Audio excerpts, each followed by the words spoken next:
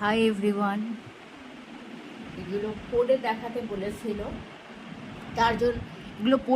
বলেছিল, তার জন্য একটা ভিডিও করলাম। আমি পরলে কেমন লাগবে আমি জানি না, তাও পরে দেখাচ্ছি। এগুলো অ্যাকচুয়ালি কানটা ঢাকে, শীতের সময় পরার জন্য।